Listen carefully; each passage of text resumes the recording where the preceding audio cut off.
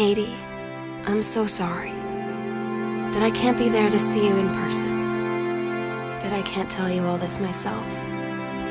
But I hope as you read this journal and you think back, that you'll understand why I had to do what I did, and that you won't be sad, and you won't hate me, and you'll just know that I am where I need to be.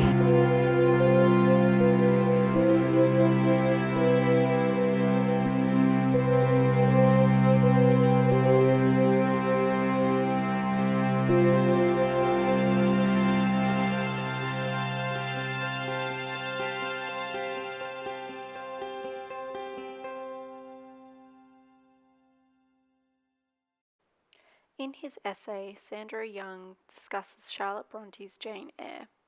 Jung describes Jane's role as a female detective throughout the novel, and also what he terms the crime of female selfhood. The Fullbright Company's game, Gone Home, can also be labelled a female detective narrative. On a dark and stormy night, the player assumes the identity of Caitlin Greenbrier, returning home from her year abroad. She comes home to find an eerie and supposedly haunted house that she has never lived in, and quickly discovers that her sister Samantha has gone missing. Despite Sam leaving a note telling Caitlin not to snoop around trying to find her, this is exactly what the player does, eventually discovering Sam's story and the stories that permeate the house itself. Both narratives show strong female characters who will not compromise their beliefs. Jane's curiosity empowers her and represents an independence of mind that attracts her mysterious employer, Mr. Rochester. Due to her position as a governess, Jane is a dependent servant, yet transcends the barriers and acts on terms of equality with her employer. Samantha's curiosity with Lonnie leads her to the realization of her own female selfhood, resulting in her emancipation from the domestic life of her parents and subverting the traditional role of subservient femininity. Both are seen by others around them as transgressing the social norms and values of their time. They are seen as rebellious feminists, showcasing their active womanhood. The narratives of Jane Eyre and Gone Home, though vastly separated by centuries and alternate mediums, share many commonalities in their main protagonists. Charlotte Bronte's Jane Eyre introduces us to the protagonist of Jane. Jane is a woman who needs to exercise her intellectual faculties to make sense of the world around her and also to understand herself and construct an individual identity. That identity is headstrong and independent, making her childhood at Gateshead and Lowood miserable.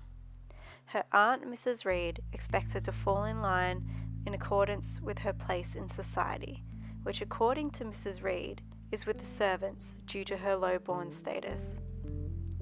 Due to her insubordination, she is sent on to Lowood School, where again she is taught she must acquiesce and take comfort in her lowly position. Jane does eventually finish her schooling at Lowood, becoming a teacher herself and staying on at the school in that capacity, though she does wonder if there's anything in the outside world that could better satisfy her needs. She takes work as a governess at Thornfield Hall after becoming restless in her position at Lowood, looking for something to challenge and occupy her sharp mind. She finds in Mr. Rochester a confidant rather than an employer. Jane's frankness with her peers and superiors is outside the norms and habits of patriarchal society, and it questions the legitimacy of its authority. In doing so, she constructs a female selfhood that is seen as morally and ethically criminal in terms of what was considered decent in the society of her time.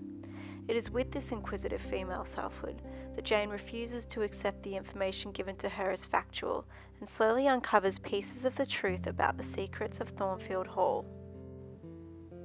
Jung suggests the active character demonstrated through Jane's frankness is due to her so-called rebellious feminism, which originates in the life-defining anger that Jane had been feeling since her days at Gateshead and Lowood. This description also lends itself to Gone Home Samantha Greenbrier. Growing up in a traditional family with many secrets, one could easily see that she is also a role model for the inadequacy of the male-dominated mouthpieces that are found in Jane Eyre. For its time, Jane Eyre was quite forward-thinking, with early reviewers censoring her for being ungrateful, proud, and anti-Christian.